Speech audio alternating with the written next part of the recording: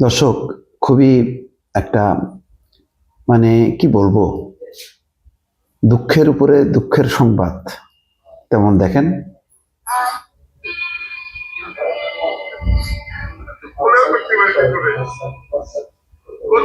সেই মায়া জন্ম নিবি আমি তোর কোলে নিবি, কিন্তু তোর মার প্রতি আমার যে মায়া, আমার তোর মার প্রতি মায়া, আমার তোর প্রতি কষ্ট হয়নি। আমার তো তোর প্রতি সেই মায়ের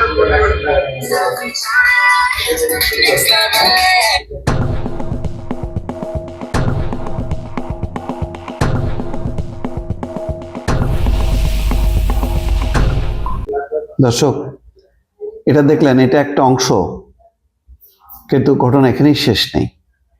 সেই সাদ্দাম কারাগারে আছে, জামিন পাচ্ছে না, ফলে দুঃখে কষ্টে অভিমানে হতাশার থেকে সাদ্দামের স্ত্রী আত্মহত্যা করে, তার আগে সন্তানকে হত্যা করে। খুব মর্মান্তিক একটা ঘটনা। আরো মর্মান্তিক ছিল যে এই ঘটনার পর সাদ্দামকে প্যারোলে মুক্তি দেওয়া হয়নি। বাগেরহাট বলতেছে যশোর বলতেছে বাগেরহাট, যশোর বলতেছে পাইনি। তো শেষ পর্যন্ত যশোর কেন্দ্রীয় কারাগারে থাকা সাদ্দামের কে 5 মিনিট সময় দেওয়া হয়েছিল যে তার সন্তান এবং তার স্ত্রী আসবে, তারপরে তাদের মরা মুখ দেখবে। এই ছিল এটা। যখন নাকি গণমাধ্যমে হইচই হয় এবং আমি নিজেও এটার উপর গুরুত্ব দিয়ে কয়েকটা ভিডিও মানে ওপেন করছি, তখন তারপর পরেই তাকে জামিন দেয় হাইকোর্ট, 6 মাসের অন্তর্বর্তীকালীন জামিন। কিন্তু দেখেন ঘটনা কি, এখন সেই সাদ্দাম কি বলছে, জামিনে মুক্তি পেয়ে জেলারের বিরুদ্ধে ঘুষ চাওয়ার অভিযোগ বাগেরহাট ছাত্রলীগ নেতার। সেই নেতার স্ত্রী সন্তানের কবর জিয়ারত করে গণমাধ্যম কর্মীদের সঙ্গে কথা বলার সময় তিনি অভিযোগ করেন। তবে অভিযোগ অস্বীকার করেছেন বাগেরহাট জেলা কারাগারের জেলার খন্দকার মোহাম্মদ আল মামুন। তার কাছে ঘুষ চাওয়ার অভিযোগ তুলেছেন। গ্রেপ্তারের পর গত বছরের 6 এপ্রিল আদালতের নির্দেশে জুয়েল হাসান সাদ্দামকে বাগেরহাট জেলা কারাগারে পাঠানো হয়। 22 জুলাই 2025 বাগেরহাট থেকে তাকে প্রশাসনিক কারণে যশোরের কেন্দ্রীয় কারাগারে স্থানান্তর করা হয়। তবে জামিনে মুক্তি পেয়ে বাগেরহাট জেলারের বিরুদ্ধে ঘুষ চাওয়ার অভিযোগ করেছেন তিনি। এ বিষয়ে একটি ভিডিও সামাজিক যোগাযোগ মাধ্যমে ছড়িয়ে পড়েছে। ওই ভিডিওতে জুয়েল বলেন, বাগেরহাট জেলার আমার কাছে 5 লক্ষ টাকা দাবি করেছে, যে যদি বাগেরহাট থাকতে হয় 5 লক্ষ টাকা দিতে হবে। তিনি আরো বলেন, আমি কারাগারে ঢোকার পর থেকে আগের থেকে আমার বাগেরহাটের সংসদ সদস্য তন্ময় ভাই, অর্থাৎ বাগেরহাট 2 আসনের সাবেক এমপি শেখ তন্ময় আমার পরিবারের সার্বক্ষণিক খোঁজখবর নিয়েছে।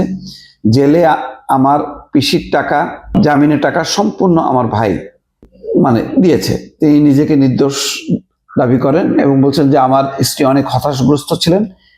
আমাকে 3টা মাস সেলে রাখা হয়, সেলবন্দি।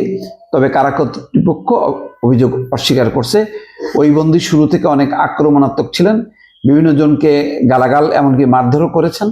নিরাপত্তার জন্য তাকে সেলে দেওয়া হয়েছিল, সেখানে চলাচলটা সংরক্ষিত থাকে, সেল কোনো শাস্তির জায়গা নয়।